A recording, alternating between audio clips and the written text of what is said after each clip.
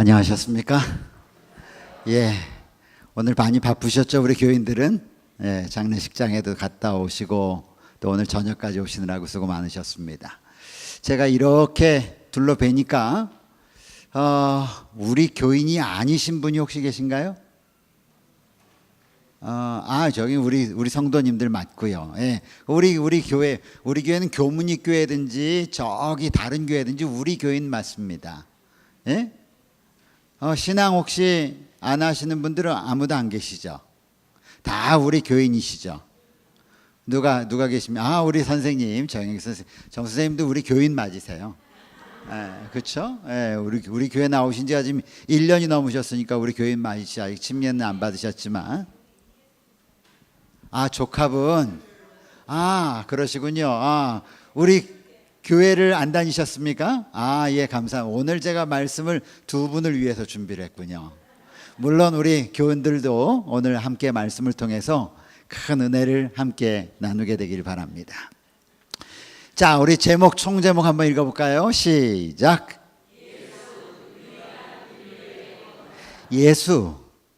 예수라고 하는 이름, 그 예수는 인류의 유일한 구원자다.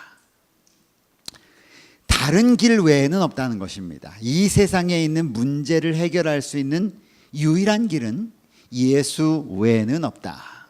오늘은 둘째 날로서 어제는 예언된 예수에 대해서 제가 말씀드렸고, 오늘은 그 예수의 다시 오심에 대하여 오늘 또 하나님의 말씀을 함께 좀 살펴보도록 하겠습니다. 예수님이 다시 오시는 모습을 성경은 뭐라고 얘기했을까? 성경은 이렇게 말씀하고 있습니다. 자, 여러분 여기 나와 있는 노란 글씨 한번 같이 읽어보겠습니다. 시작.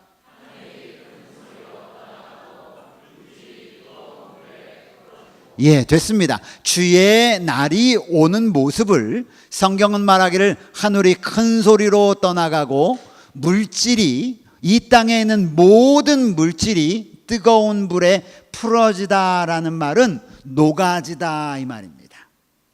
불이 되면 불이 녹이지 못하는 것이 아무것도 없죠. 철도 녹이지 않습니까? 그것처럼 불이 이 땅에 내려오면서 예수님과 함께 그 불이 이 땅이 다 녹아질 것이다 라고 얘기합니다. 또 성경은 이렇게 말합니다. 그날은 언제냐? 주의 오시는 그날이에요. 주님께서 오시는 그날에, 다 같이요. 그날에 시작.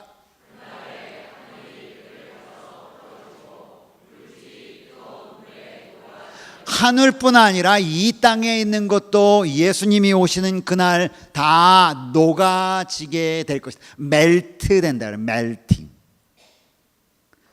녹아져 버리는 거. 아이스크림이 여러분 이렇게 얼려 있다가 뜨거운 데 나오면 주르르르르르 흘러내시는 거 보이셨죠? 목사님 어떻게 그런 일이 벌어질 수 있어요? 이렇게 얘기할지 모르지만 그렇게 됩니다. 어디가 그랬는가? 미국에 있는 무역센터가 그렇게 녹아져 내려버렸습니다. 불로 인해서요. 인간이 만든 불도 그렇게 녹아져 내리는데 하나님이 임하실 때 임하시는 불로 이 땅의 모든 것들은 녹아져 내리겠다라고 성경은 말합니다. 또 요한계시록은 이렇게 말합니다. 요한계시록 6장 14절로 17절. 자, 예수님이 오실 때 어떤 일이 벌어지는가? 산과 바위에 이르되 우리 위에 떨어져 보좌에 앉으신 이의 낯에서와 어린 양의 진노에서 우리를 가리우라. 그 진노의 큰 날이 이르렀으니 누가 능히 서리요. 사람들은 그래서 말하기를 지옥이 있다라고 얘기하고, 그 지옥에는 어마어마한 불길에 놓여서 사람이 뜨거워 하면서 평생을 괴롭힘을 당한다라고 이야기를 합니다.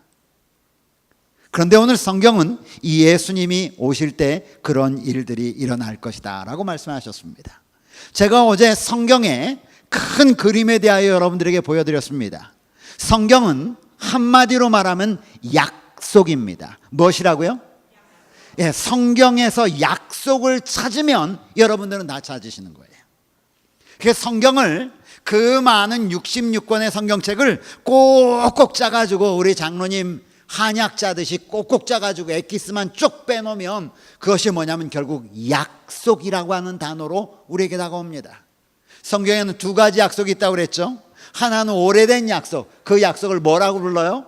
구약이라고 불러요. 또 하나는 새로운 약속이에요. 그 약속을 뭐라고 그러냐면 신약이라고 합니다. 이 두 약속은 한 분에 대한 약속이에요. 누구에 대한 약속이냐면 인류의 유일한 구원자이신 예수에 대한 약속이에요.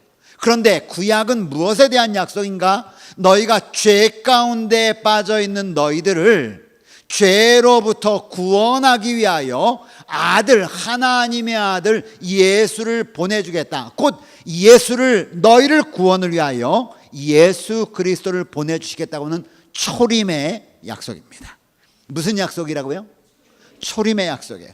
구약에 나와 있는 모든 예표들은 다시 새롭게 오시는 초림하시는 예수님을 보여줍니다. 성소에서 양을 잡아서 죄가 용서함을 받는다고 할 때 그 양이 누구를 가리키는가? 새롭게 오실 예수를 가리킵니다. 아브라함이 이삭을 드리기 위하여 산에 올라갔다가 이삭을 죽이려고 할 때 하나님의 천사가 그의 손을 꽉 잡고 난 다음에 해하지 말라, 내가 내 믿음을 보았다 라고 할 때 이삭을 대신해서 옆에 죽을 양이 하나 걸려 있었어요. 그 양은 오실 예수를 상징합니다.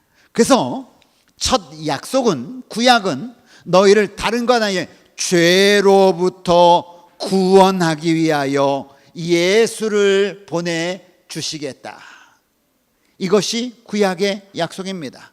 그 약속에 따라서 예수님은 이 땅에 아기로 태어나셨고, 그 약속에 의하여 어제 말씀드렸던 것처럼 예수님은 십자가에 달려 돌아가셨습니다.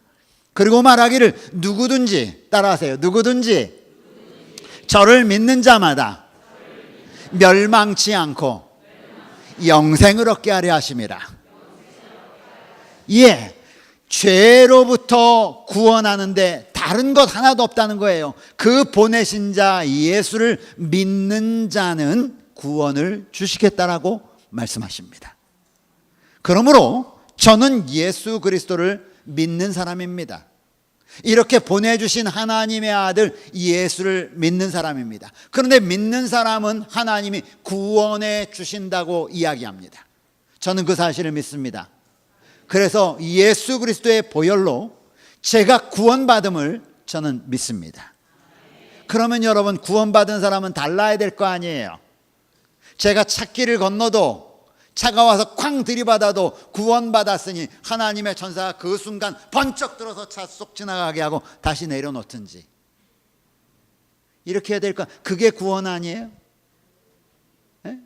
그게 구원이죠. 그런데 제가 예수를 믿음에도 불구하고 저는 여전히 이 땅에서 차하고 부딪히면 제가 다치고, 저도 여전히 질병의 위험 가운데 있습니다.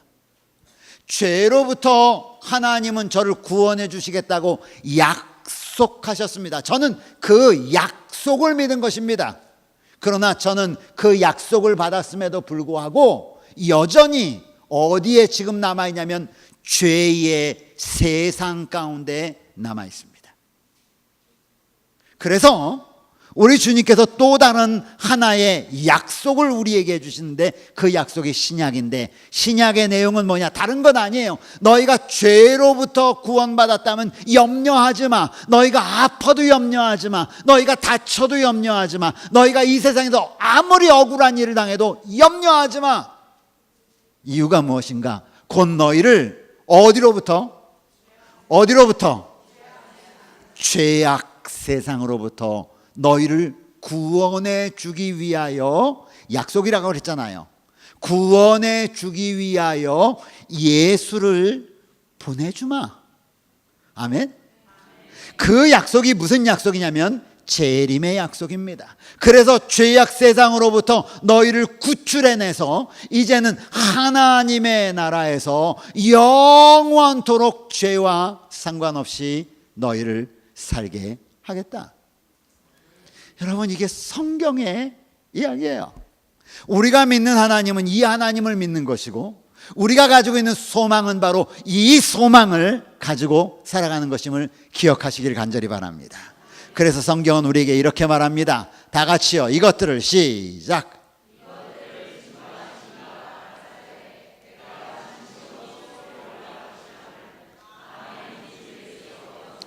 이것들을 이것들은 뭐냐면 이 신약, 구약과 신약을 증거하신 이가 말씀하시기를 내가 진실로 속히 오리라 하시거늘, 그 약속을 기다리는 모든 사람이 동일하게 외치는 얘기는 아멘, 예수님 속히 오십시오 라고 우리에게 이렇게 말하는 것입니다.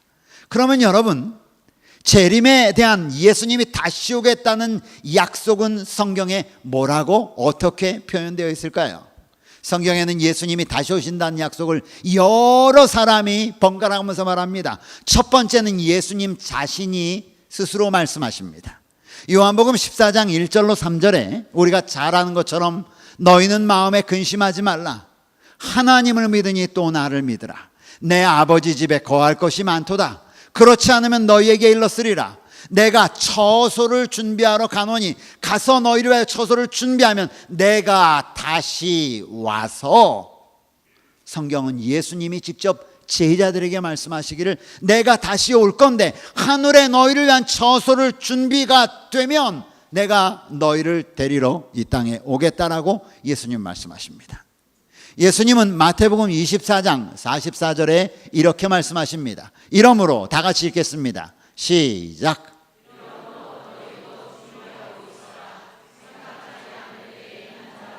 안 읽는 사람이 15분 정도 계세요. 안 읽으시면 읽는 것보다 은혜가 덜합니다. 열심히 읽으세요. 그러셔야 여러분의 심령 가운데 말씀이 들어가고 그 말씀 가운데 성령께서 역사하셔서 싹이 나게 하시는 거예요. 믿으십시오, 이 사실을. 예수님은 말씀하시기를 이러므로 너희도 준비하고 있으라. 생각지 않은 때 인자라고 하는 것은 예수님이 자신을 부를 때 인자라고 말씀하십니다. 그 인자가 오겠다라고 예수님은 말씀하셨습니다. 요한계시록 22장 20절 조금 아까 말씀하셨죠. 내가 진실로 속히 오리라고 예수님 스스로가 말씀하셨다는 거예요. 그럼 예수님만 말씀하셨느냐? 그렇지 않습니다. 천사들도 역시 예수님의 다시 오심에 대하여 성경은 기록하고 있습니다. 어제 우리가 본 성경절이죠. 말씀하시기를 갈릴리 사람들아 어찌하여 서서를 하늘을 쳐다보느냐. 예수님이 승천하실 때에 예수님 발밑에서 예수님을 바라보던 사람들을 향하여 천사들이 말하기를 너희 가운데 하늘로 올리우신 이 예수는 하늘로 가심을 본 그대로 어떻게 하리라? 오시겠다라고 천사들도 이야기했습니다. 예수님과 천사만 말하는가? 아니요. 예수님의 수석제자 베드로도 예수님의 다시 오실 것에 대하여 이렇게 말합니다. 자, 다 같이 읽으라고 그랬죠? 한 분도 빼놓지 말고 같이 읽으세요. 우리 주 예수, 어린이들 얼굴 들고 어린이들도 같이 읽어야 돼. 우리 주 예수 시작.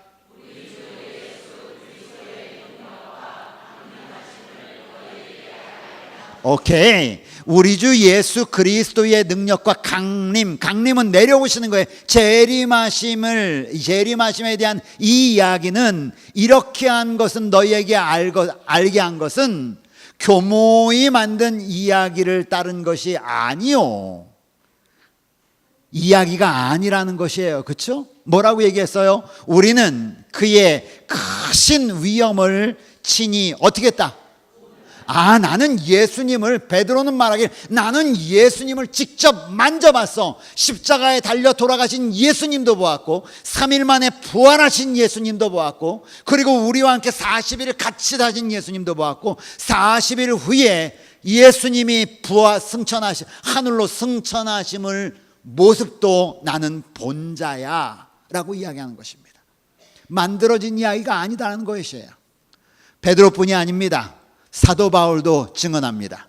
데살로니가전서 4장 16, 17절에 주께서 호령과 천사장의 소리와 하나님의 나팔 소리로 친히 하늘로부터 강림하실 것이다.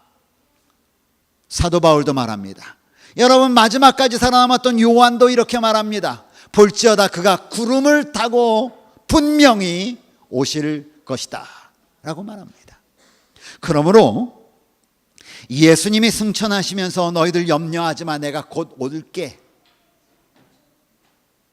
이렇게 말씀하시고 난 후에 제자들은 그 예수님이 오신다는 약속이 지금 2000년까지 이렇게 늦춰질 줄은 모르고 있었습니다.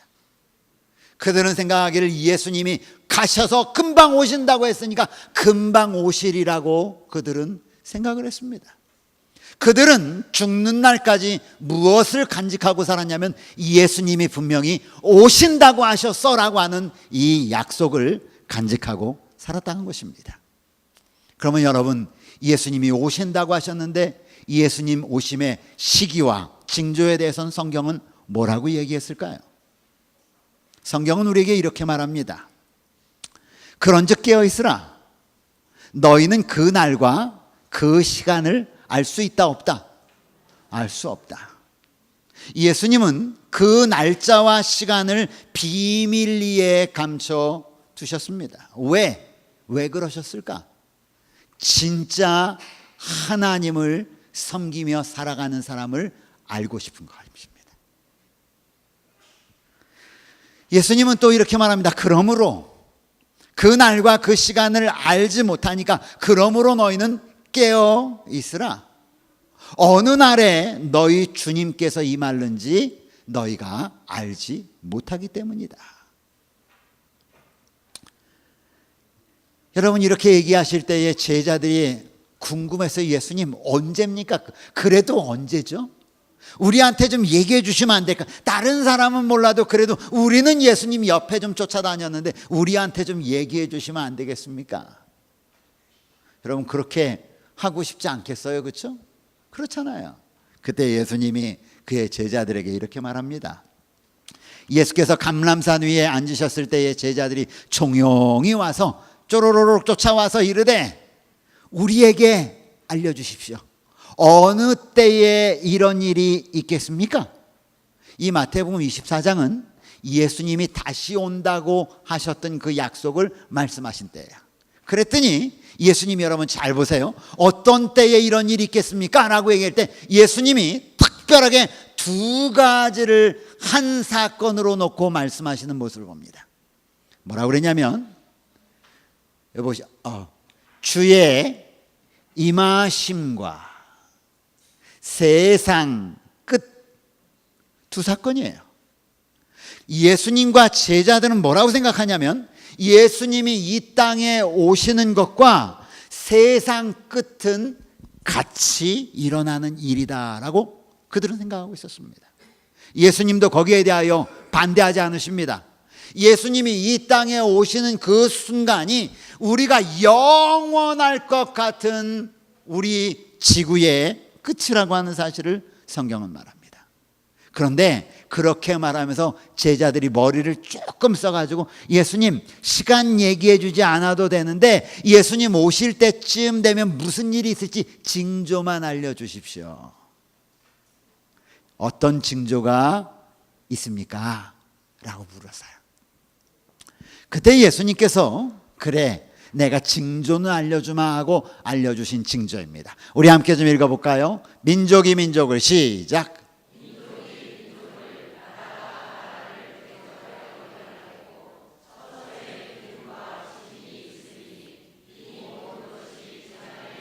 재난의 시작이라 라고 하는 것은 이 모든 것이 마지막 징조의 시작이다 라고 하는 말입니다. 끝은 아니니라 시작이니라 라고 말합니다. 여기 성경에는 민족이 민족을, 나라가 나라를 대적하여 일어나겠고 처처의 기근과, 기근은 뭐냐면 굶어 죽는 것입니다. 농사가 안 되는 거예요. 왜? 물이 없어서 말라 죽는 것입니다. 곡식이 없어서 굶어 죽는 것입니다. 여러분, 이런 얘기 우리나라에서 하면 사람들이 웃죠. 세상에 굶어 죽는 사람이 어디 있어? 처처에 버려지는 게 음식 찌꺼기인데, 그런데 음식 찌꺼기가 환경 문제가 됨에도 불구하고 지구 완전히 반대편에서는 1초에 적어도 5명 이상씩이 굶어서 죽습니다.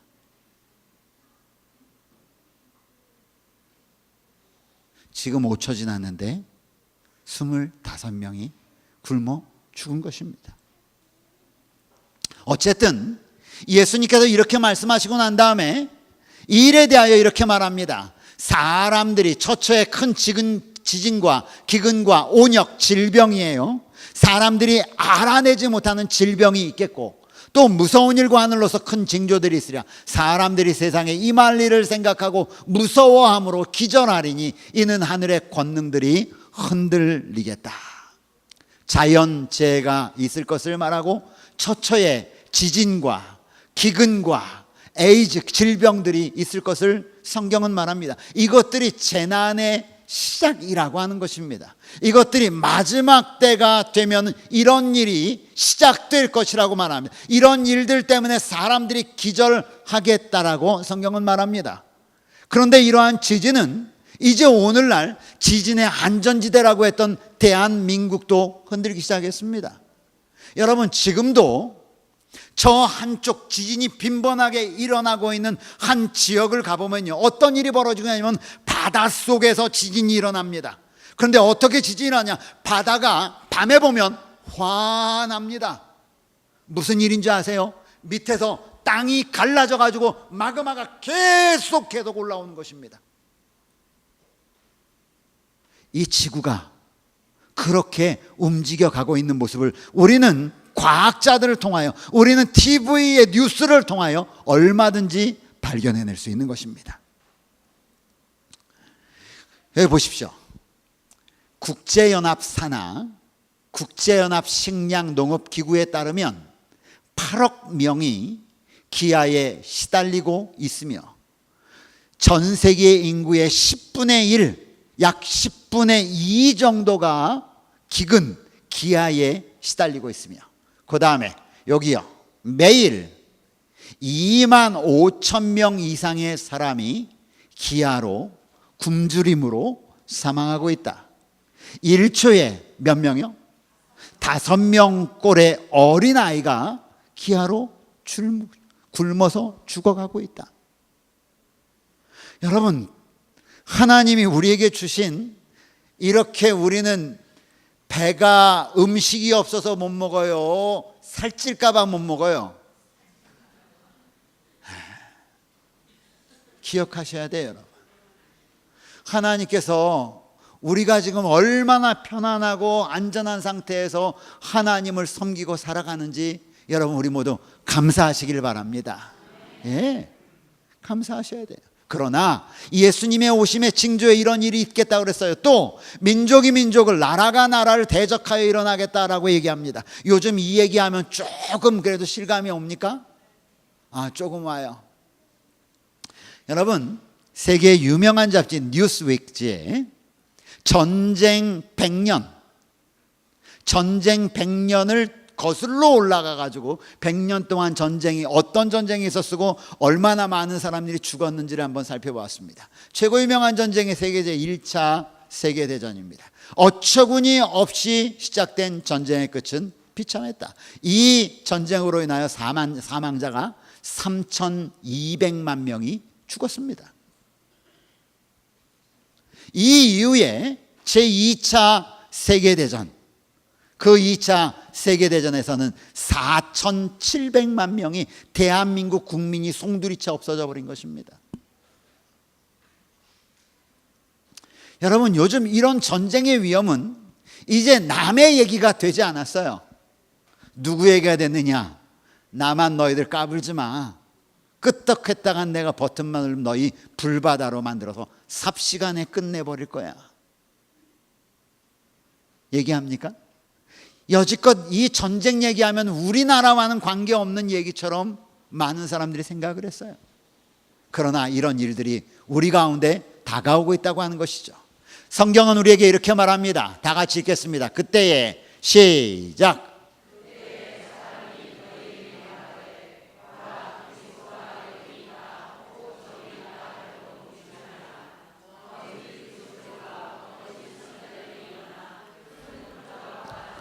됐습니다. 예수님이 오시기 직전에 이 땅의 마지막 때가 되기 직전에 일어날 일들인데, 그 일어날 일들이 뭐냐? 너희들이 살고 있는 지역에 거짓 그리스도, 거짓 예수, 재림했다고 하는 예수가 사방 곳곳에 일어날 것이다 라고 말합니다. 한국에 등장한 자칭 메시아를 한 전문 사이트가 이 사람들을 추적해 가기 시작했습니다. 그랬더니 얼마나 많은 사람들이 재림 예수라고 했느냐 보이지도 않으시죠? 여기 보니까 현재 여기는 44명 정도가 나왔는데, 여러분 잘 알아요. 정명석 JMS 난리죠? 지금도 그래요. 여기 쪼르륵 올라오면 이만희 어디예요? 신천지예요. 다들 하는 소리가 뭐냐? 여기 또 하나님의 교회에 누구? 안보시기. 그 위에 보니까 많이 이름이 익숙한 사람이야. 동중한 앞에 총무네. 이 사람이 말하기를 엘리야 복음 선교원의 박명호 씨 자기가 재림 예수라고 말합니다. 이렇듯 우리와 가까이 있는, 우리 주변에 있는 사람들 마음 가운데서도 상당히 많은 사람들이 내가 재림 예수라고 말하고 다닙니다. 이런 일들은 예수님이 그의 제자들에게 마지막 때가 되고 재앙이, 그 어려운 일들이 시작할 때쯤 되면 그런 일들이 있을 것이다 라고 주님은 분명히 우리에게 말씀하셨습니다. 성경은 또 우리에게 이렇게 말합니다. 너는 이것을 알라. 말세에, 마지막 때에 고통하는 때가 이를 것이다. 엄청나게 빅 트러블에 너희가 직면하게 될 것이다. 언제? 마지막 때. In the last time. 그래서 in the last time, 이 시대의 마지막 시대가 되면 너희가 끔찍하게 고통당하는 일이 생길 것인데, 무엇 때문에 고통당하는가? 성경은 이렇게 말합니다. 사람들이 자기를 사랑하며, 자기밖에 모르는 거예요. 돈을 사랑하며, 자랑하고 교만하고 비방, 남에게 막 말을 함부로 욕하며, 이 소리에 욕하며, 쉽게 말하면 욕을 막 달고 살아. 부모를 거역하며, 부모에게 순종하지 않아요. 감사하지 않고 거룩해 하지 않고 무정하며, 무정하다라는 말은 without love야. 사랑이 없어. 원통함을 풀지 않는다. 이 말은 not understand이야. do not understand. 이해해 주지 않아. 그 다음에 모함하며, 절제하지 못하며, self control, do not self control. 영어로 말하면 자기 자신을 제어하지를 못해. 여러분, 이거 디모데 후서의 사도 바울이 디모데에게 보내는, 지금으로부터 약 2000년 전에 쓴 표현이에요. 그런데 마지막 때가 되면 이렇게 사람들이 변할 것이다 라는 건데, 제가 지금 설명할 때 여러분 이거 어느 시대 이야기하는 것 같아요? 모함하며, 절제하지 못하며, 사나우며, 선한 것을 좋아하지 않아 악하고 사특한 것을 좋아해 사람들이. 여러분, 요즘 한국 시대, 우리나라의 요즘 가장 큰 화두로 떠오르고 있는 게 뭐예요? 중고등학교, 중학교 아이들의 그 행태, 얼마나 여러분 끔찍합니까? 있을 수 없는 일이잖아요. 남을 그렇게 두드려 패놓고도 자연스러워요. 내가 그랬는데 뭐 잘못됐느냐고요. 자기를 사랑합니다. 자기만 사랑해요. 선한 것을 원하지 않아요. 가해자 부모를 만났다고 그러죠? 피해자 부모를? 근데 그 아이가 똑똑하게 머리 들고 우리가 그랬는데 뭐 잘못했느냐고. 배신하며, 조급하며, 자만하며, 쾌락을 사랑하기를 하나님 사랑하는 것보다 더하며, 경건의 모양은 있으나 경건의 능력은 부인한 자니 이 같은 자들에게서 내가 돌아서, 이렇게 되지 말라라고 하는 거예요. 왜? 말세가 되면 이런 것들이 일반적으로 될 거라는 것이죠. 요즘 학생들이 이야기하는 걸 가만히 들어보면 저는 그 아이들의 이야기를 이해를 못하겠어요. 똑같은 한국말을 하는데 무슨 말인지 모르겠어요. 중간에 뭐가 빠지면 얘기가 안 되냐면 욕이 빠지면 이야기가 안 돼요. 시대가 그렇게 됐어요. 왜? 그런데 성경은 왜 그렇게 됐는지 몰라. 성경은 마지막 때가 되면 그러한 일이 빈번하게 있을 것이라고 말합니다. 다 자기만 사랑합니다. 사악합니다. 사나워요. 자기의 이익을 위한 거라면 사람이 얼마나 죽든 상관이 없어요. 자, 이것도 참 큰 문제예요. 마태복음 24장 37절 39절 우리 같이 읽겠습니다. 마태복음 24장은 예수님의 재림에 대하여 어떤 징조가 있겠다고 하는 징조의 장이죠. 기억하면서 읽으십시오. 노아의 때와 같이, 다 같이요. 시작. 노아의 때와 똑같을 것이다 이거예요. 노아의 때에 사람들 살던 것과 똑같을 거다 이거예요. 언제가? 예수님 임하시기 전에도. 그런데 어떤 일이 똑같은가? 그 다음에요. 자, 시작.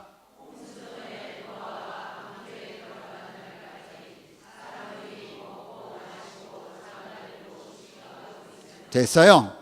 노아가 120년 동안이나 하나님께서 물로 이 땅을 멸망시킬 것인데 너희들 내가 피할 수 있는 집을 마련해 놨다. 그러니 방주로 들어오라고 해요. 사실은 노아가 지은 방주는 누구에 대한 예표냐면 예수님이 이 땅을 멸망 가운데 구원해 주실 예수님에 대한 사실은 예표예요. 들어오면 살 거야. 사람들이 미쳤다 그랬어요. 노아 할아버지한테 미쳤다. 그런데 거의 마지막 때쯤 돼서 볼 때 갑자기 동물들이 막 물으로 몰려오더니 어디로 올라가는 거예요? 노아 방주로 올라가는 것입니다. 사람들이 깜짝 놀랐어요. 야야, 왜 갑자기 동물들이 이렇게 몰려오지? 우리도 들어가야 되는 거 아니야? 그런데 곧 그거는 자연현상입니다. 여러분 괜찮습니다. 염려하지 마십시오. 아무 일 없습니다. 이 얘기예요. 그래서 그들이 먹고 마시고 장가들고 그들이 하던 일상대로 그냥 계속 해 가더라 이것이에요. 그 다음에 여기서부터 홍수가 시작.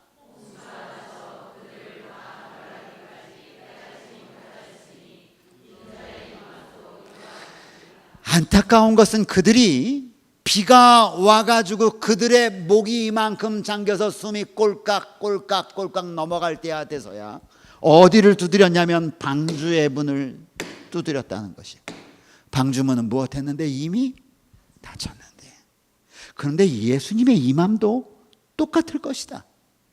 이렇게 오랫동안 예수님이 오시기 전에 이런 일 저런 일 있을 것이라고 분명히 선지자들 통하여 말씀하고 이야기해 놨는데 사람들이 그것은 한쪽 귀로 듣고 그들이 먹고 마시고 시집가고 장가들고 하는 일상적인 일을 하면서 계속 지내고 살다가 예수님이 오시니까 깜짝 놀라서 산과 바위와 내 위에 떨어져서 어린 양의 보좌로부터 나를 감추어 달라고 이야기하는 것처럼 똑같을 것이다. 이게 성경의 가르침이에요.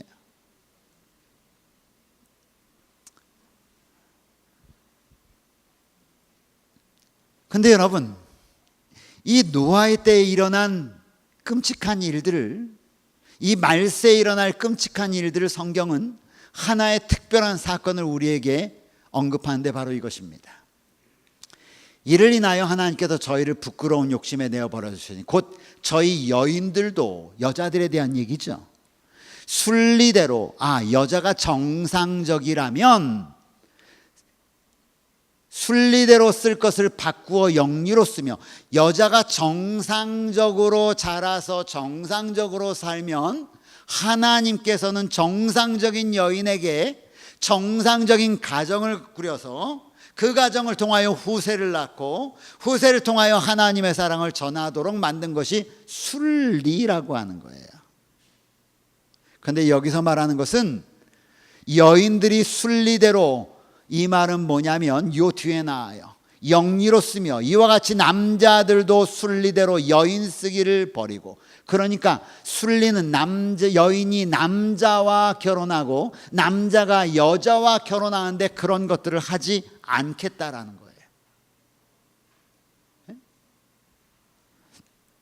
남자가 남자로 더불어 부끄러운 일을 행하며 저희의 그릇됨에 상당한 보응을 그 자신에 받았느니라. 동성연애에 대한 것입니다.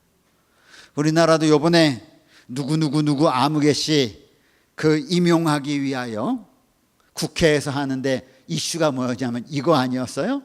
그렇죠?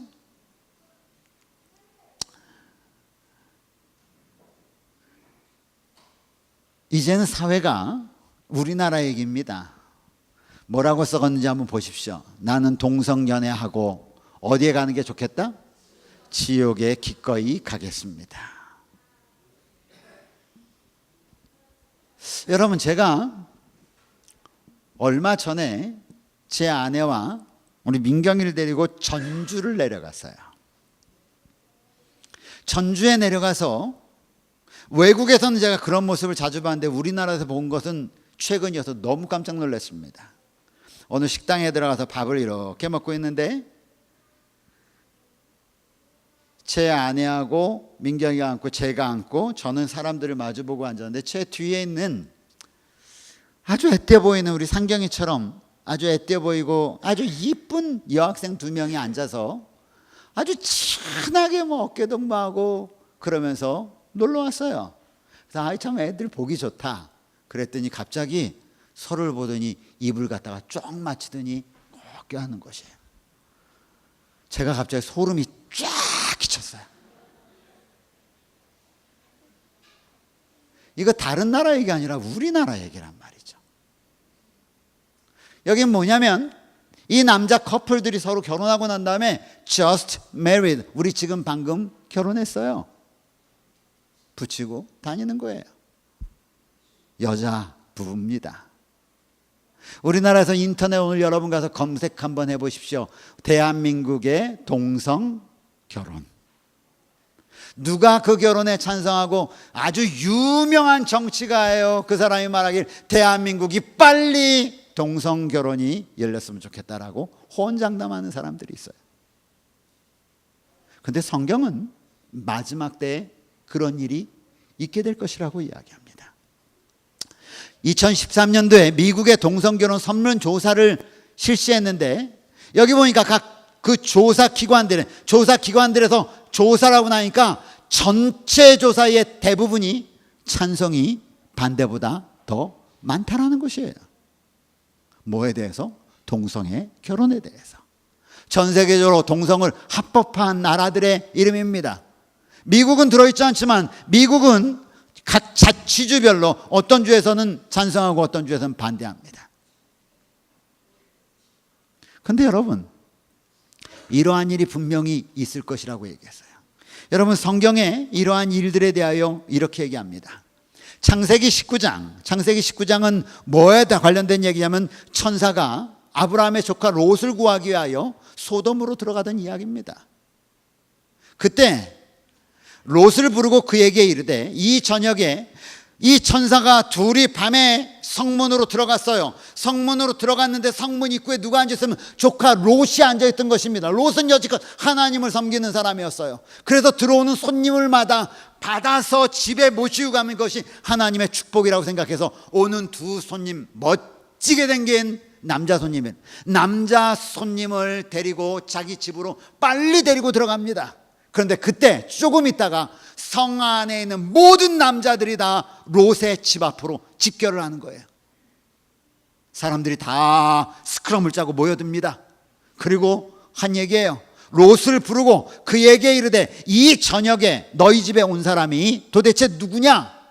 이끌어내라. 우리가 그와 상관하리라. 우리나라 성경에는 상관하리라 했는데 이 말을 영어로 바꾸면요, bring them, 우리에게 bring them out, 그들을 끄집어내. 그러면 그러면 we can have sex with them, 내가 그들과 성관계할 거야. 누가? 남자들이. 누구를? 온 손님들을 대상으로. 여러분, 그러니까 롯이 뭐라고 하는 줄 아십니까? 거기서 막 싸워요. 못 들어요. 너희가 이런 죄악을 범치 말아라.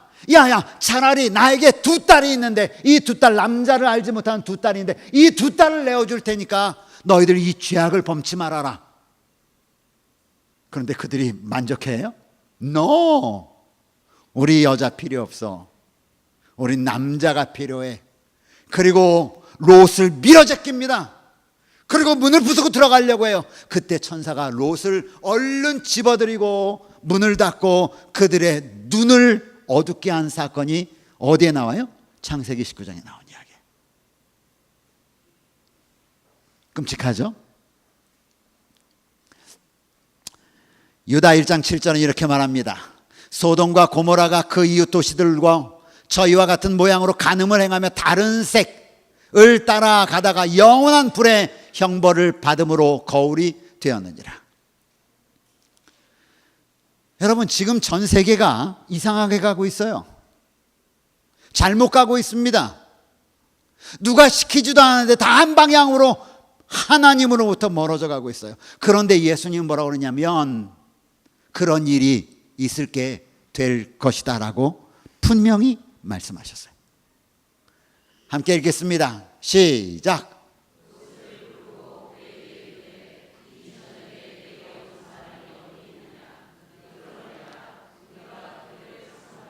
이렇게 하는데도 온 세계는 정상이래요. 그들의 인권을 보장해 줘야 된다는 것이에요. 여러분, 정상처럼 보이세요? 이 세계가 지금 옳은 방향으로 가고 있다고 보이십니까? 이 세계가 어디까지 이렇게 나아가야 합니까?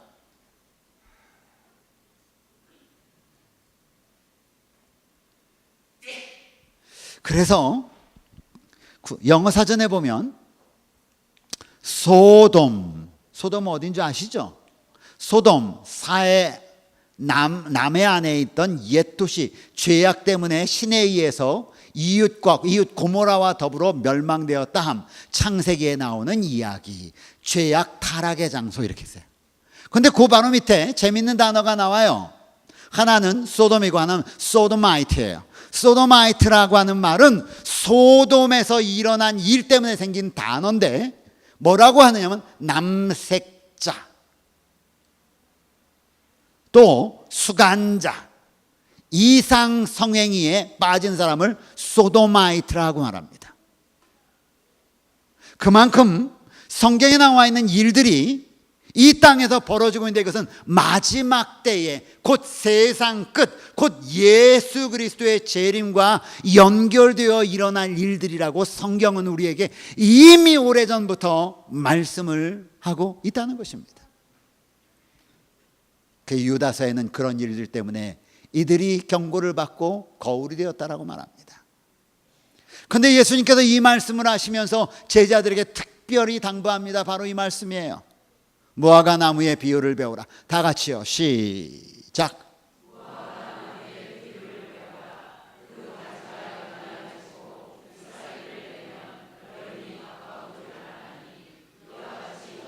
이 모든 일을 보거든 인자가 가까이 곧 문 앞에 이른 줄을 알라. 예수님은 말씀하시기를, 야, 너희 이 모든 일이 이렇게 일어나는 것을 보면 인자 예수님이 곧 이 땅에 오실 문 앞에 가까이 이른 줄 알고 이렇게 알려주신 이유가 뭐예요? 알아라는 거예요. 너 이렇게 알고 뭐 하라는 거예요? 뭐 하라는 거예요? 이렇게 알고 말하라. 아니면 이렇게 알고 있을 뿐 아니라 너희 문 앞 곧 오시는 예수님을 맞을 뭘 해라? 준비를 해라. 여러분, 우리 모두 준비하는 그리스도인들 되시길 간절히 바랍니다. 무엇을 가지고 준비할까? 다른 것 없어요. 내가 예수 그리스도의 십자가의 보혈을 의지하는 백성인가? 그리고 예수 그리스도의 십자가의 보혈이 여전히 나의 삶의 중심에 놓여 있는가를 생각하는 삶이 필요한 거예요. 여러분, 온 세상이 지금 난립니다. 여기 나와 있는 것처럼 우리나라는 예전엔 없던 산성비, 무슨 또 미세먼지 뭐 때문에 난리예요. 오존층이 파괴됐다고 그래요. 고래를 잡아봤더니 고래 뱃속에 쓰레기가 가득하대요. 죽은 고래가. 유해 폐기물들이 전 세계를 떠다닙니다. 남극 북극에 있는 얼음들이 점차 녹고 있어요. 대기는 오염될 만큼 오염되고 오존층은 파괴될 만큼 파괴돼서 지구가 온난화되다가 이제는 이 자연계가 이 지구를 망가뜨리는 인간을 그냥 둘 수 없어서 여지껏은 경험해보지 못했던 엄청난 태풍들로 인해서 온 세계가 몸살을 앓고 있어요. 그렇죠? 이런 일이 되기를 시작하거든 일어나 너희 머리를 들라 너희 구속이 가까웠느니라 하시더라. 여러분, 예수님은 이렇게 그의 징조에 대해서 말씀하십니다. 그러면 이렇게 시작된, 이렇게 우리가 지금 느끼는 말세는 언제쯤 시작되었을까요? 성경의 역사를 가만히 보면 예수님이 이 땅에 오셔서 십자가에 달려 돌아가시고 난 후에 하늘로 가실 때 내가 다시 올 거야 그때부터 예수님을 믿는 사람들은 한순간도 빠짐없이 예수님의 재림을 꼬박꼬박 기다려옵니다. 나도 재림, 너도 재림, 예수님을 믿는 사람들의 재림을 기다리는 그 일이 아주 오랫동안 계속 지속되었습니다. 이 예수님의 재림의 날을 요엘 선지자는 말하기를 여호와의 날이다 라고 이야기했고, 요한복음에는 이 지구의 마지막 날이라고 얘기했고, 베드로서 2장 9절에는 심판의 날이라고 얘기했고, 요한계시록 6장 17절은 큰 진노의 큰 날이라고 얘기했고, 요엘서 2장 32절은 크고 두려운 날이라고 이야기했습니다. 예수님은 분명히 요한계시록 22장이 말하기를 내가 진실로 속히 오시겠다고 말씀하십니다. 우리는 예수님이 문 앞에 이르러서 이 땅에 오시기 바로 이전 마지막 시대에 살고 있는데, 이것을 디모데후서 3장 11절은 너희가 말세 가운데 있다라고 우리에게 말하고 있는 것이에요. 종말의 시기는 지구 역사를 이렇게 보고 신학적으로 우리 신앙적으로 볼 때 종말의 시기는 예수님의 창조되고 난 다음에 예수님이 오시는 그 시점까지 약 몇 년이 지나면 4,000년의 시간이 지납니다. 이것은 무엇을 통해서 알 수 있느냐면, 우리 창세기부터 시작한 족보, 누가 몇 세까지 살고 누가 몇 세까지 살고 누가 몇 세까지 살고 누가 몇 세까지 살고 누가 몇 세까지 살고 그걸 갖다 쭉 더해보니까 아담부터 시작해서 예수님이 오시기 전까지 약 4,000년의 시간이 있었던 것을 우리는 파악할 수 있었습니다. 그리고 예수님이 오시면서 기원 후 1년부터 시작해서 지금 2017년, 약 2000년이라는 시간이 예수님의 십자가 이후에 흘렀습니다. 우리는 어디에 살고 있는가? 바로 이 마지막 시대, 이 2000년기의 마지막에 지금 살고 있습니다. 신앙적으로, 성서학적으로 신학자들은 이 2000년대가 되기 이 마지막 약 200년을 우리는 말세 마지막 시대라고 사람들은 말합니다. 그 이유가 무엇인가? 그것은 다음과 같은 이유 때문입니다. 성경은 1800년부터 이 세상이 급속도로 바뀌어지는 모습을 이 세상 역사는 기록하고 있습니다. 다니엘서 12장 4절은 마지막 때에 대해서 이렇게 말합니다. 다니엘아, 마지막 때, 그 마지막 때까지 이 말을 간수하고 이 글을 봉함하라. 많은 사람이 빨리 왕래하며 지식이 더한 시대가 올 것이다. 그 마지막 때는 빠른 왕래와 지식의 더함과 연관이 되어 있음을 우리는 파악하게 됩니다. 근데 1802년부터 온 세계가 달라지기 시작하는데, 최초의 사륜 자동차가 1802년에, 그리고 제지업이 기계화되면서 사람들에게 지식을 전달하는 인쇄업이 발달하기 시작하고, 1804년에 영국 성서 공회가 발족되면서 성경이 마구잡이로 온 세계에 전달되기 시작합니다.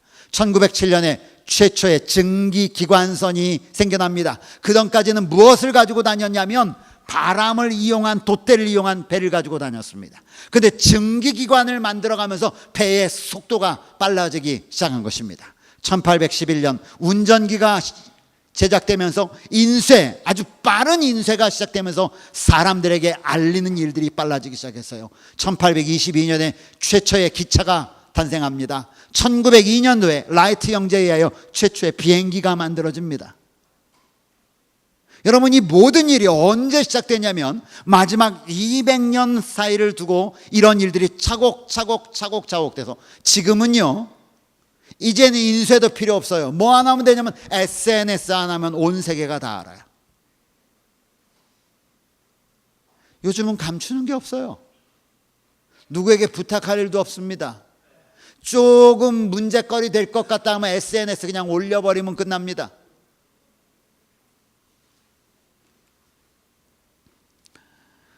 성경에는 이런 예수님의 징조에 대하여 신약도 얘기했고 구약도 이렇게 얘기합니다. 구약에 예수님의 재림에 대한 가장 큰 이야기가 어디 나오냐면 바로 다니엘서에 나옵니다. 이것은 주전 605년, 지금으로부터 약 2600년 전에 예언된 것입니다. 이스라엘 백성이 바벨론의 포로로 잡혀가고, 그리고 603년도에 바벨론 왕 느부갓네살이라고 하는 왕이 꿈을 꾸면서 예수 그리스도의 재림에 대한 아주 놀라운 예언을, 놀라운 이상을 주님으로부터 받습니다. 느부갓네살이 꿈을 꾸는 것입니다. 함께 읽어볼까요? 왕이여, 왕이 침실에서. 시작.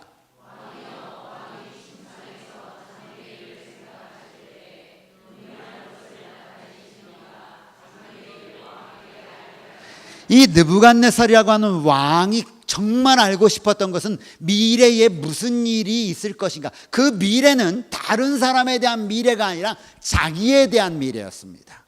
내 나라가 얼마나 오랫동안 지속될 것인가, 내 나라가 내 자손, 그래서 우리 집안이 내 나라를 얼마나 오랫동안 통치할 것인가, 그것이 자기의 고민이었던 것입니다. 그걸 염려하다가 그가 잠들었을 때에 그에게 하나님께서 그의 미래에 대하여 꿈 가운데서 알려주신 사실입니다. 바로 미래의 것이죠. 자, 어떤 꿈이었는가? 이런 꿈이었습니다. 왕이여, 왕이 한 큰 신상을 보셨나이다. 그 신상이 큰 동상, 상을 봤다는 게 상. 동상 있죠, 동상. 그건 동으로 만들었기 때문에 동상이라고 하죠. 그런데 큰 모습의 상을 보았습니다 라고 말하면서 이 꿈에 대한 이야기는 시작됩니다. 그러면서 다니엘이 그에게 말합니다. 그 우상의 머리는 정금이요, 가슴과 팔들은 은이요, 배와 넓적다리는 노시고 그 종아리는 철이요, 그 발은 얼마는 철이요, 얼마는 진흙인 것을 보셨습니다. 여러분, 이것은 느부갓네살 왕이 꿈속에 꾼 꿈이었습니다. 이것을 통하여 하나님께서 느부갓네살 왕에게 앞으로 될 일들이 어떻게 될 건지를 보여주시는 미래의 사실을 보여주신 것입니다. 그런데 이렇게 진흙으로 되어 있는데 갑자기 성경은 말하기를 왕이 보신즉 사람의 손으로 하지 아니하고 뜨인 돌이 사람의 손을 대지 아니한 한 돌이 하늘로부터 휙 날라와서 이 우상의 발을 땅 치더니 이 우상은 여름 타작마당에 겨같이 바람에 불려간 것이 없이 다 사라져 버렸고, 우상을 친 돌은 태산을 이루어 온 세상에 가득하였습니다 라고 하는 꿈을 알려주었습니다. 이 꿈을 듣고 나니까 너무너무 이제 그 해석이 궁금한 거죠. 그래서 그 해석에 대해서 말합니다. 다니엘이 설명했던 그 꿈은 바로 이런 꿈이었습니다. 꿈속에서 그는 한 상을 봅니다. 머리는 금이고 가슴과 팔은 은이고 배와 넓적다리는 노수로 되어 있었습니다. 이 물건들은 위로 올라갈수록 무겁고 내려올수록 가볍습니다. 중심을 잡을 수 없는 금속들이었습니다. 그런데 이 발이 진흙으로 되어 있었는데 갑자기 사람의 손을 대지 아니한 한 돌이 하늘로부터 날아오는 것입니다. 그리고는 이 신상의 발을 때려버렸다는 것이죠. 그리고는 이것이 온 땅에 가득하고 신상은 없어지고 그 돌이 가득하게 되었다 라고 하는 그런 꿈에 대한 이야기입니다. 이렇게 듣고 나니까 너무너무 이젠 그 해석이 궁금한 것이죠. 그래? 그럼 해석을 나한테 좀 얘기해 줘. 해석이 뭐야? 왕이요, 하나님께서 왕에게 장래일을 보여주신 것입니다. 여러분, 왕이 꿈을 꿨을 때, 느부갓네살이라고 하는 왕이 꿈을 꿨을 때는 BC 605년도의 일입니다. 이 꿈을 통해서, 이 신상의 꿈을 통해서 바벨론부터 시작한 세상 끝까지의 일을 하나님은 보여주신 것입니다. 어떻게 보여주셨는가? 그 금머리는 곧 왕이니이다. 성경은 말합니다. 바벨론이 그 금머리인 것입니다. 605년부터 538년까지 존재합니다. 그런데 그 금머리 다음에 금보다 못한 은이라고 하는 나라가 오는데, 이 은이라고 하는 나라는 두 나라의 연합국입니다. 오른팔 왼팔이 뜻이 연합국입니다. 그런데 바벨론이라는 나라를 멸망시킨 나라는 실제 메디아와 페르시아라고 하는 두 나라가 연합을 해가지고 바벨론을 멸망시킵니다. 그 나라는 역사상 페르시아를 말합니다. 페르시아는요, 전 세계에서 은을 화폐로 사용한 최초의 나라입니다. 역사가 그것을 증명합니다. 전 세계에서 은을 화폐 제도로 사용한 최초의 나라가 어느 나라인가? 페르시아입니다. 그런데 예수님은 그 느부갓네살에게 너 다음에 은나라가 올 거야. 은나라 다음에 논나라가 온다고 말씀했습니다. 논나라는 가만 보니까 페르시아라는 나라를 멸망시킨 나라를 지구 역사에도 보니까 그리스라는 나라인데, 그리스는 누가 유명한? 알렉산더요. 무엇으로? 동으로 뒤집어 쓴 사람. 그래서 여러분, 그리스 가장 유명한 게 뭐냐면 올림픽 아닙니까? 올림픽. 올림픽은 싸움 경기예요. 사실은 그렇잖아요. 싸움에서 이긴 승전보를 전하기 위하여 막 달려가지고 우리가 이겼다 하고 팍 쓰러져 죽은 것을 기념해서 한 게 뭐예요? 마라톤 아니에요? 42.19. 그 마라톤에서 우승한 사람에게 주는 게 뭡니까? 월계관과 더불어 뭐예요? 노투구. 그리스였어요. 그리스를 뒤로 하여 그 다음에 철 같은 나라가 일어나죠. 그런데 철 같은 나라를 상징하는 나라는 역사상 로마라고 하는 나라였습니다. 로마의 뒤이어 그 다음에 나라가 없어요. 그 다음에 말하기를 발가락 나라라고 말합니다. 이 발가락 나라는 지금부터 로마가 갑자기 저 게르만 민족의 침공 때문에 갑자기 로마라는 나라가 땅으로 나누어지기 시작합니다. 누가 무너뜨리는 게 아니에요. 자기들끼리 나누어지기 시작해요. 이 나누어진 나라들은 지금 이탈리로, 지금 프랑스로, 스페인으로, 영국으로, 독일로 그대로 남아있는 나라들이에요. 여러분, 이때 예수님이 하늘에 사람의 손을 대지 아니한 한 돌을 보내시겠다고 했어요. 돌나라라고 얘기했습니다. 그런데 고린도전서 10장 4절은 말하기를 다 같이요, 다 같은 시작.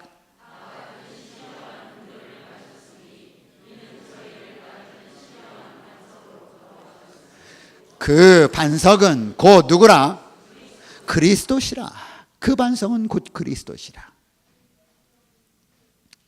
결국 우리 하나님께서 보내시는 그 마지막 돌나라는 하나님의 나라라고 하는 사실을 구약에서도 이 세상의 역사를 마치고 하나님의 나라가 크게 세워질 것에 대하여 구약에서도 우리에게 말씀하고 있는 것입니다. 이 여러분의 때에 하나님이 한 나라를 세우실 것이다 라고 다니엘서에는 분명히 우리에게 말씀하고 있는 것입니다.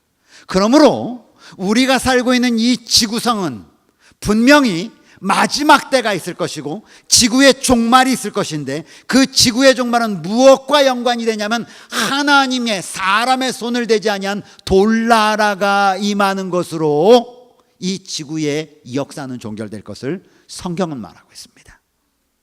여러분, 이 지상 역사는 바벨론으로부터 메데 페르시아로, 그리스로, 로마로, 그리고 열국. 이 열국은 지금도 영국, 지금도 스페인, 지금도 프랑스, 지금도 독일, 지금도 이탈리 그대로 있기 때문에 이것이 언제 끝날 것인가 우리는 몰라요. 지금 우리는 어디에 있느냐? 이 시대를 살아가고 있는 것입니다. 그런데 분명한 것은 이 역사가 계속되지 않는다라고 하는 것이에요. 반드시 이 지구 역사를 상징하는 이것을 하나님의 나라가 임하면서 칠 것이라고 얘기했고, 세상 나라가 우리 주와 그리스도의 나라가 되어 세세토록 그리스도가 왕노릇하는 나라가 있을 것이라고 성경은 말씀하셨습니다. 그러므로 여러분, 무너질 세상에 여러분의 목표를 두지 마시기 바랍니다. 우리가 살아갈 것은 무너질 세상이 아니라 영원한 하나님의 나라인 것입니다. 그래서 성경은 우리에게 이렇게 말합니다. 다 같이요. 이 세상이나 시작. 이 세상도 그 정욕도 지나가되 오직 하나님의 뜻을 행하는 이는 영원히 거하느니라. 아멘. 오직 하나님의 뜻을 행하는 이는 영원히 거한다고 성경은 말씀하셨습니다. 성경은 우리에게 예수 그리스도의 재림에 대하여 말합니다. 아주 오랫동안 아주 여러 곳에서 여러 사람에 의하여 예수님의 다시 오심을 우리에게 증거하고 있습니다. 그분은 그분이 약속하신 대로 분명히 말씀하셨던 것처럼 사람의 손을 대지 아니한 하나님의 능력으로 이 땅에 임하실 것을 우리는 믿습니다. 그리고 그 약속을 바라보면서 우리는 살아가는 사람입니다. 이것이 그리스도인입니다. 이것이 우리가 믿는 신앙이고 이것이 우리가 바라보는 참 소망 가운데 사는 우리의 소망임을 여러분 기억하시길 간절히 바랍니다. 성경은 우리에게 마지막으로 이렇게 당부합니다. 우리의 운명은 돌과 연관이 되어 있다. 그러므로 주 여호와께서 가라사대 보라 내가 한 돌을 시온에 두어 기초를 삼았노니 곧 시험하는 돌이고 귀하고 견고한 기초돌이라. 그것을 믿는 자는 급절하게 되지 아니하리라. 그러므로 여러분 재림을 기다리는 성도로서 우리는 어떤 삶을 살아야 하겠습니까? 첫째, 늘 기도하면서 하나님의 뜻에 따라 순종하는 믿음의 삶을 살기 바랍니다. 둘째, 모든 사람과 더불어 화목한 삶을 살아야 합니다. 왜? 하나님을 사랑한다고 내 형제를 사랑하지 아니하는 자는 이는 거짓말하는 자이기 때문에 그렇습니다. 셋째요, 범사에 감사하며 기뻐하는 생활을 삽니다. 왜? 우리에겐 소망이 있기 때문입니다. 넷째, 우리 자신의 소유를 남의 유익과 행복을 위해서 사용할 줄 아는 그런 헌신하는 그리스도인들로 살아야 합니다. 예수님의 온유하고 겸손한 삶을 닮아가면서 사는 그리스도인이 바로 재림을 준비하며 사는 그리스도인입니다. 성경에는 마태복음 13장 45절 46절에 진주장사에 대한 이야기가 나옵니다. 값진 진주 하나를 찾으니 가서 자기의 소유를 다 팔아 그 진주를 샀느니라. 여러분, 오늘 우리는 값진 진주, 예수 그리스도의 재림에 관한 진주를 발견했습니다. 오늘 우리가 할 수 있다면 우리의 모든 삶을 이 진주를 구하는 일에 헌신하게 되기를 간절히 바랍니다.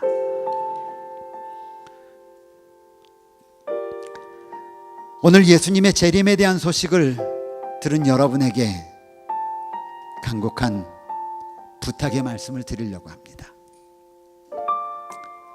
혹시 지금까지 예수 그리스도의 재림이라고 하는 사실을 단 한 번도 듣지 못했거나 믿지 않으셨다면 지금 이 시간 예수님의 재림이 분명하다는 사실을 믿으시기 바랍니다.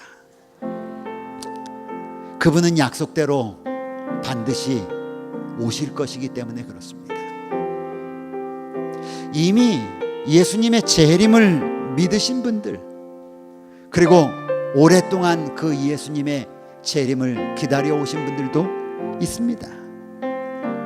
그런데 왠지 예수님은 아직 오지 않으셨습니다. 여러 가지 이유가 있겠지만 아마 그분의 백성들이 아직 하늘 갈 준비가 되지 않았을지도 모르겠습니다.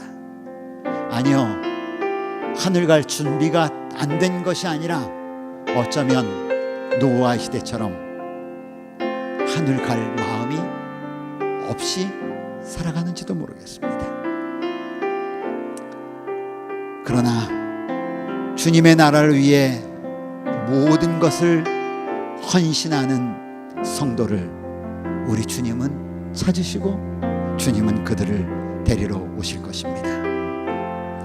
나의 영성과 신앙을 병들게 하고 세속화시키는 모든 일을 중단하고 신령한 마음으로 경건한 삶을 살면서 사랑하는 여러분, 주님을 맞이하도록 우리 함께 준비합시다. 이 세상보다 주님이 예비하신 나라를 더 많이 사모하고 기다립시다. 조만간 안개처럼 사라질 이 세상에 대한 애착 때문에 영원한 하늘을 잃어버리지 마시고 재림의 소망을 품고 괴롭고 힘들고 험한 비록 이 세상의 삶이 힘들지라도 결국 끝내 우리는 하늘 본향에 들어가게 될 것임을 믿으시길 바랍니다. 지금 이 시간 성령 하나님께서 여러분의 마음에 임하셔서 오늘 이 결심으로 하나님께 여러분의 결심을 올리게 되기를 간절히 기도합니다. 기도하시겠습니다. 하늘에 계신 우리 아버지, 오늘 우리에게 하나님의 말씀을 허락해 주셔서 다시 한번 예수 그리스도의 재림을, 저희가 확실한 재림을 상고하며 예수님의 재림을 준비하는 귀한 결심을 하게 해주셔서 감사합니다. 아버지 하나님, 오늘 우리에게 말씀하신 주의 음성을 마음 가운데 간직하도록 인도해 주시고 그렇게 살아가는 저희가 되도록 도와주시옵소서. 오늘 혹 예수 그리스도의 재림에 대하여 처음 들은 주의 백성이 있거든, 주여 하나님의 말씀에 순종하게 도와주시고 이 예수님을 마음 가운데 모시고 살아가는 주의 귀한 백성 되도록 인도하여 주시옵소서. 이 예수님의 이름으로 기도드립니다.